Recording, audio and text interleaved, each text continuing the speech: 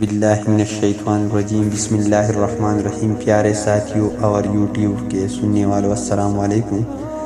ایک کہانی آپ کے سامنے پیش کرنے جا رہا ہوں، آپ ہمارے ساتھ سنیے اور سننے سے پہلے ہمارے یوٹیوب کے چینل کو سبسکرائب کریں۔ یہ تصویر فلسطین میں جاری انسانی المیہ کی ایک جھلک پیش کرتی ہے۔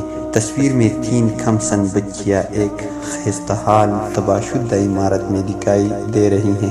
ان کے گرد بکھرا ملبہ، دیواروں کی حالت اور ان کے چہروں پر چھائی سنجیدگی ایک ایسی کہانی سناتی ہے جو شاید الفاظ سے بیان نہ ہو سکے۔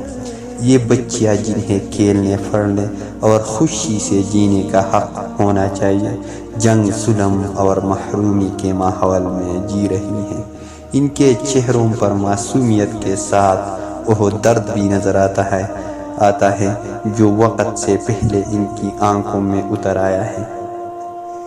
فلسطین کے بچے صرف اپنے بقا کی جنگ نہیں لڑ رہے بلکہ وہ دنیا کے ضمیر کو بھی جھنجھوڑ رہے ہیں۔ یہ تصویر ہمیں یاد دلاتی ہے کہ انسانی حقوق، امن اور انصاف کی ضرورت صرف الفاظ نہیں بلکہ ایک پوری عمل کی پکار ہے۔